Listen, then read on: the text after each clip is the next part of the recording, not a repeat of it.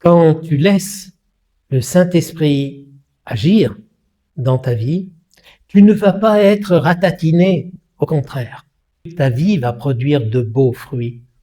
Et aujourd'hui, nous voyons ce beau fruit de la bonté.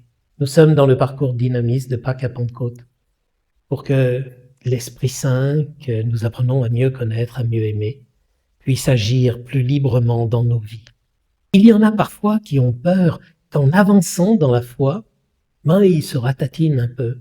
C'est vrai que la géographie, c'est-à-dire la manière dont sont représentés les saints, ne nous aide pas toujours. Il y a eu toute une époque là où on appelle ça l'imagerie sulpicienne, où les saints sont tous un peu compassés, et quand on les voit, on se dit, mon Dieu, pourvu que je ressemble jamais à ça.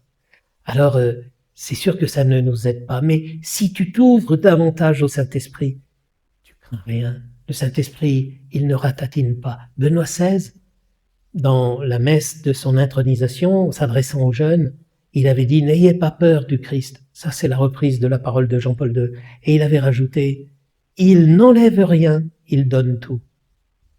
Voilà, parce qu'il y a des jeunes qui se disent « Si je donne ma vie au Christ, est-ce que je vais pas être un peu ratatiné ?» Benoît XVI dit « Le Christ, il enlève rien. Il enlève pas ta fougue, ta jeunesse, ton énergie, ton enthousiasme. Il enlève rien, il donne tout. » Il donne tout. Eh bien, on peut dire la même chose du Saint-Esprit. N'ayez pas peur du Saint-Esprit. Il n'enlève rien. Il donne tout. Et alors, aujourd'hui, ce qu'il donne, le fruit que nous regardons de manière plus particulièrement, c'est la bonté. Peut-être que ce fruit, il a mauvaise réputation parce que, tu sais ce qu'on dit, bon et bête, ça commence par la même lettre. Alors du coup, la bonté est quelque chose dont on va se méfier. Non, il faut arrêter de colporter des trucs comme ça. Ce qui est bête, c'est de ne pas être bon. Parce que la bonté, elle fait justement tellement de bien. La vie serait tellement belle si nous remplissions chaque instant de nos vies de bonté. Si nos regards rayonnaient la bonté.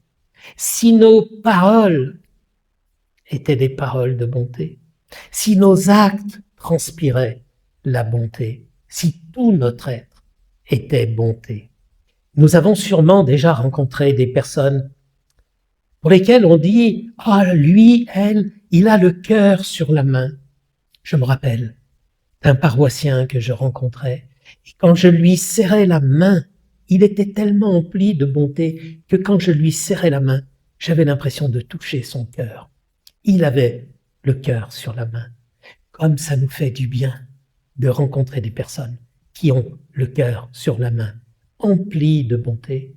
Eh bien, nous pouvons devenir ces personnes si nous laissons le Saint-Esprit agir, parce que l'un des fruits qu'il portera, c'est le fruit de la bonté.